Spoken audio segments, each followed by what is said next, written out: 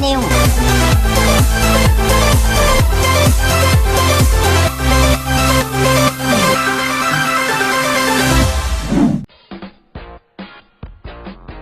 โรงเรียนนานาชาติบรอมโกรฟประเทศไทยเข้ารอบสุดท้าย BSA International School of the Year 2022 โรงเรียนนานาชาติบรอมโกรฟประเทศไทยได้รับรางวัลอันดับ 2 โรงเรียนนานาชาติแห่งปี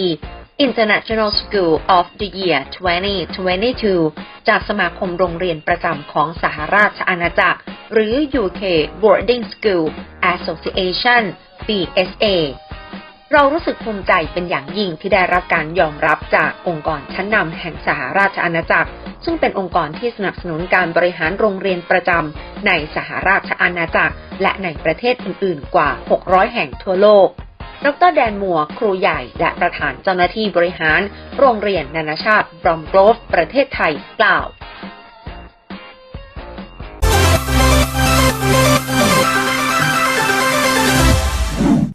Bromsgrove International School Thailand has been a member of the BSA, the Boarding Schools Association of the UK, for over 17 years since we opened our boarding houses on our campus in eastern Bangkok. The BSA sets very rigorous standards of what is expected of a boarding school overseas, which are identical to the standards that the schools in the UK follow. And our sister school, Bromsgrove School in Worcestershire in the United Kingdom, also are members and follow the same standards that they set in the UK that we have over here from the BSA. So the BSA have awards every year to recognise outstanding international schools across the world who follow the British curriculum and are members of the BSA. And Bromsgrove International School in Thailand entered that competition this year and we put forward examples of our exceptional practice in our boarding houses, the pastoral care of our students and the programs that we use to ensure that every student who lives with us in our boarding houses are developed academically and pastorally and socially to the very best levels that we can possibly have. And that is what the award recognised, that Bromsgrove International School Thailand is exceptional and outstanding in that provision for our boarding students. The COVID-19 pandemic caused very serious challenges for all schools and international schools were no different. But for me as headmaster of Bromsgrove International School Thailand, it wasn't necessarily about how we get through COVID financially, because we've always been very lucky to have a very robust financial plan for the school, which managed to see us through those difficult times in COVID. But for me as headmaster, the main focus has been how can we support our students, our parents and our teachers post-COVID, coming back to school, coming back into the school community for face-to-face learning, and changing from online to hybrid and then to fully in classrooms back on campus. That has really been my main focus as a school leader. And the students have had a huge amount of pastoral support, emotional well-being support. We've had the use of our school counsellor and our pastoral leaders that have really worked with the teachers to ensure that the students remember those social skills that some of them have lost through the pandemic, being at home, on their own, in their rooms, online learning, and very much isolated from society. So that really has been the biggest challenge for me as headmaster and for my leaders in the school, is ensuring that the students make up any lost time academically, but also they make up for those gaps in their social skills and their interaction with their peers and the independence that they used to have and the joy and the happiness that they used to have. And that has been a challenge, but I'm very proud of our community and what we have done to address this. And the parents have said to me a number of times now, they are back on campus dropping the students and picking up the students after school, have said to me how happy they are with the way that the school has supported their children and also them as families through this very challenging time. I think the COVID pandemic should be viewed as both a challenge and an opportunity, because many businesses, schools included, international schools in particular, have really looked at how they deliver their products, how they run the schools post-COVID and what happened before we had COVID.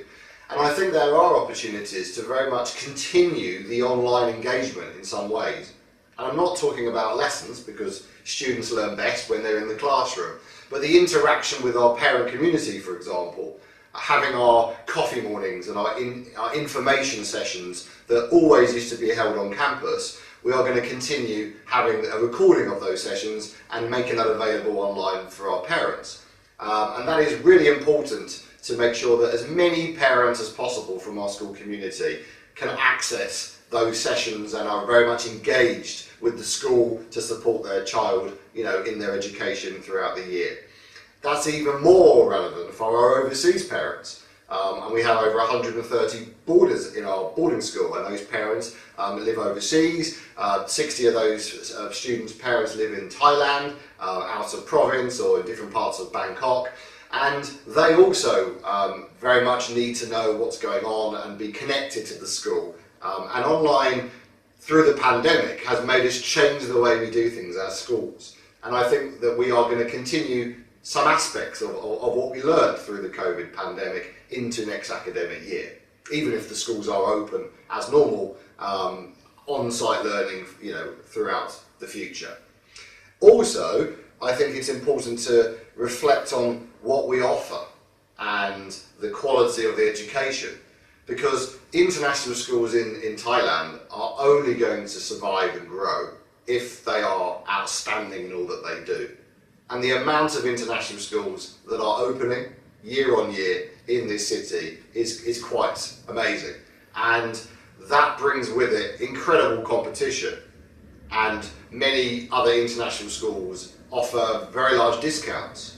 And they want as many parents as possible to sign up for the school so they can show they have students in that school. So many of the new players in the market are offering quite substantial discounts off their fees. And this is causing many other international schools to lose their families and their students from their school because they're being offered discounts. But as a headmaster, I've always been very mindful of what that does to your school.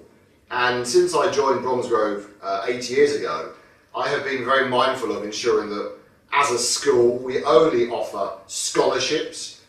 discounts that are linked to outstanding performance, whether that is in music, whether that is in sport or golf, our singing, our choirs, and academics. Those students who are academically very, very high and very, very able students have to sit very rigorous tests and entry requirements to get those academic scholarships. So we don't discount. And many parents, when they come to Bromsgrove, say, "What discounts are you going to give me?" And when I say as headmaster, oh, we don't give discount, they find that very, very strange.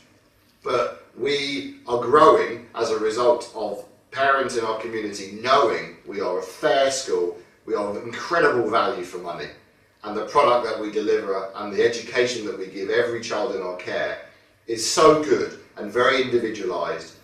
and the pastoral care on top of that is incredible, and the parents are very happy to know that everybody in the community is treated equally. So competition is going to get harder and harder, and only the very best schools are going to survive over the next 10 years. And Bromsgrove is one of those schools.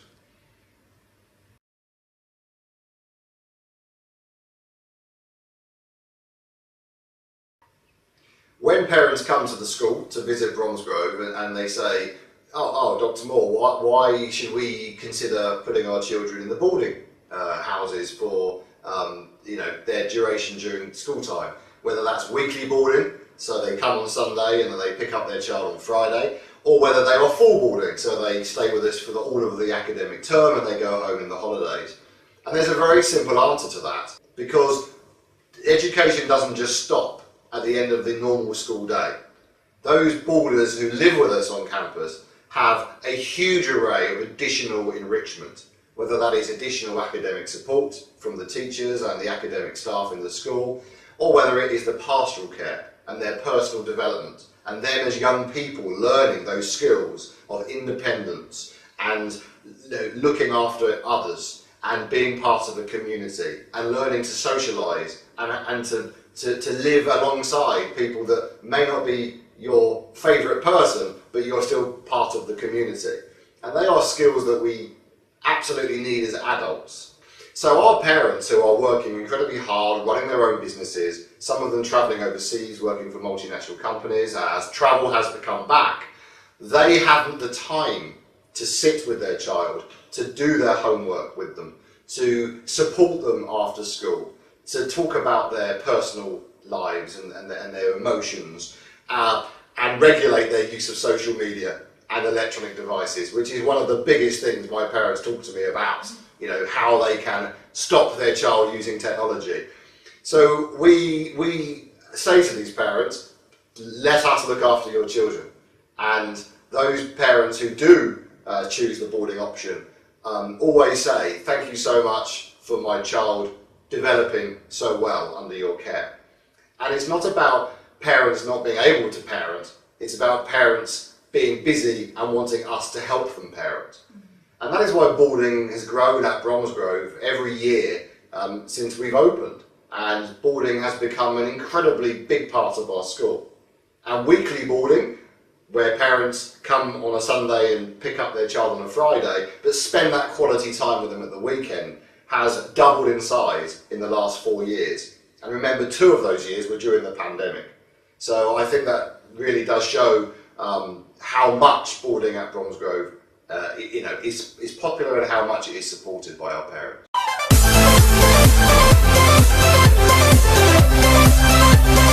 Channel 8 Thailand News